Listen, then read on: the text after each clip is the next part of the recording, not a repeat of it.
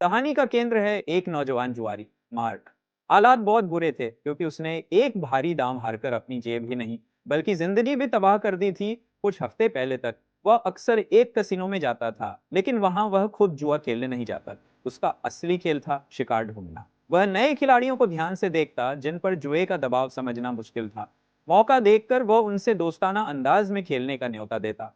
पर यह सब उसकी चाल होती, ताकि धोखेधड़ी से उनका पैसा हड़प सके।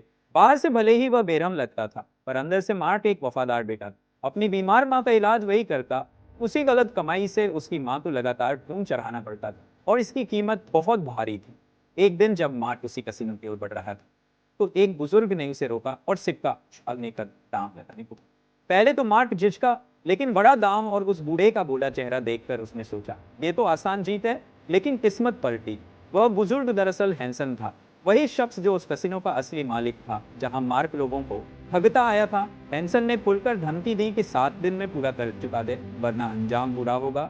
और उसी वक्त उसने सुरक्षा गार्डों से कहकर मार्क को कसिनो से हमेशा के लिए बैन करा दिया। अब घबराए हुए मार्क ने एक खतरनाक प्लान बनाया। इसने सोचा कि हैंसन की बेटी बियाट्रिस को अगवा करके फिरौती मांगेगा। उसे बड़ी रकम नहीं चाहिए थी, बस इतना कि 7 दिन में कर्ज चुका सके। वह दूर से बियाट्रिस पर नजर रखने लगा और मौका देखकर उसका पीछा किया। लेकिन जब उसने किडनैप करने की कोशिश की, तो पलटकर बियाट्रिस ने उसे लगभग मौत के करीब पहुंचा दिया। हैरानी की बात तो यह रही कि उसे मारने के बजाय बियाट्रिस ने उसे पास के एक 24 घंटे खुले रेस्टोरेंट में खाने पर दिला दिया।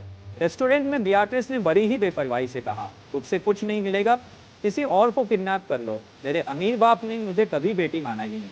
उस रात जब मार्क घर लौटा, उसने पाया कि बियाट्रिस उसका पीछा करती करती वहीं पहुंच गई। उसने रात रुकने की गुजारिश की। मार्क ने मन महसूस कर रहा, अब शर्त रही, कुछ नहीं, मत मेरे कह दी। उसे छोड़कर मार्क तुरंत अपनी माँ के कमरे में पहुंचा, ताकि ब्लड बैग बदल सके और ट्रांसफ्यूजन जारी रहे।